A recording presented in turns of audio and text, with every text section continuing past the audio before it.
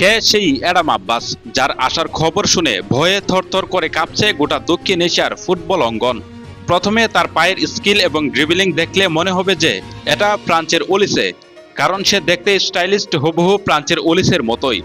তার গতি এবং ড্রিবলিং দেখলে বোঝার উপায় নেই যে এটা বাংলাদেশের অ্যাডাম আব্বাস। অ্যাডাম আব্বাস একজন ইউরোপিয়ান ফুটবলার। ম্যানচেস্টার ইউনাইটেডের একাডেমিতে বেড়ে ওঠা এই পাওয়ার হাউস বাবার দিক থেকে জামাইকান হলেও মার দিক থেকে বাংলাদেশের বংশোদ্ভূত।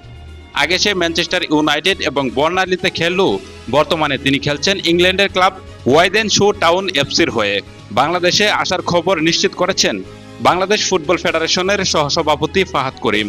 এরপরে আর কোনো আলোচনাই ছিল না এবং জিদান ইউসুফকে নিয়ে আলোচনা হচ্ছিল।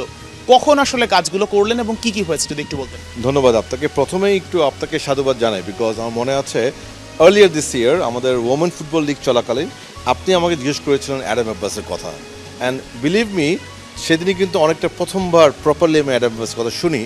এবং আমার এখনও মনে আছে ক্লিয়ার, আপনি আমাকে বলেছিলেন যে অ্যাডাম আব্বাসের সিভি বিএফএফে পাঠানো হয়েছে, আপনি জানেন কি না। তো আমি আপনাকে তখন বলেছিলাম যে আমি আসলে জানি না, বাট যদি সিভি নাও দিয়ে থাকে ডেফিনেটলি আমরা খোঁজ নেব। এবং তখন থেকে কিন্তু আমি কাজ শুরু করি অ্যাডাম আব্বাসের, এবং বিভিন্নভাবে we were trying to find out একটা কারেক্ট সোর্স যে কীভাবে ওনাকে রিচ করতে পারে। আপনি তো জানেন অনেকভাবে প্রেজেন্ট করে, so we have to be very কশাস।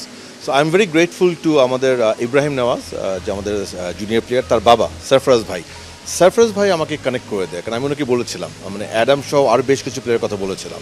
So উনি আমাকে ফার্স্টলি কানেক্ট করে দেন অ্যাডামের সাথে, এবং তারপরে আমি অ্যাডামের সাথে সরাসরি কথা বলি, 2 থেকে 3 বার কথা বলি, এবং তার ভিডিও এবং তার বায়ো সব কিছু আমি যেটা সবসময় করি আমি আমাদের টেকনিক্যাল টিমকে দিই, এবং দে ওয়ার ভেরি ইমপ্রেস। ওরা বলেছে না ভাইয়া, একে আমরা আমাদের ক্যাম্পে ডাকতে চাই। তো তখন আমি ওনাকে জানাই যে আমাদের নেক্সট অ্যাভেলেবল ক্যাম্প হবে AFC আন্ডার-20 আগে ইনশাল্লাহ, যেটা আমরা আশা করছি হয়তো জুলাইয়ের শেষ অবধি আমরা শুরু করবো ইনশাল্লাহ। সো উনি এখন পর্যন্ত অ্যাভেলেবেল আছে, এবং উনি আমাকে কনফার্ম করেছেন যে আমরা যদি ওনাকে ডকুমেন্টারি প্রসেসে হেল্প করি, আমরা যদি ওনাকে পাসপোর্ট রেডি করে দিই, ইনশাল্লাহ উনি আসবে। তারপর আমি ওনার সব কাগজপত্র চেয়ে নিয়েছি। So we have all the কি কি নিয়েছেন কাগজপত্র? ওনার বেসিক্যালি আমরা যেটা সাধারণত দিই, ওনার পার্সোনাল ডিটেলস, ওনার বাবা এবং মার ডিটেলস অ্যান্ড পাসপোর্ট, এবং একই সাথে ওনার গ্র্যান্ড প্যারেন্টসের, মানে যে রুট দিয়ে উনি বাংলাদেশের সাথে কানেক্টেড সেই রুটটা আমরা নিই। অ্যাডাম আব্বাসের আসলে কানেকশনটা কিভাবে বাংলাদেশের সাথে? ওনার আসলে মাল্টিপল কানেকশনস আছে, সো ইটস মাল্টিপল। একটু ক্লিয়ার করতে ওইটা এখন হ্যাঁ, সো মাল্টিপল কানেকশন আছে, যেহেতু আমরা প্রসেস কাজ করছি তো শুরু করবো এখন। সো ডকুমেন্ট মানে আমার যা যা দরকার উনি সব পাঠিয়ে দিয়েছে।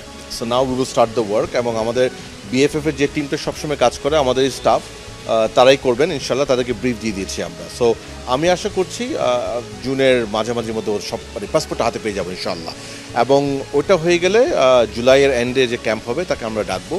এই মুহূর্তে সে কোনো ক্লাবের সাথে ইনভলভ নাই।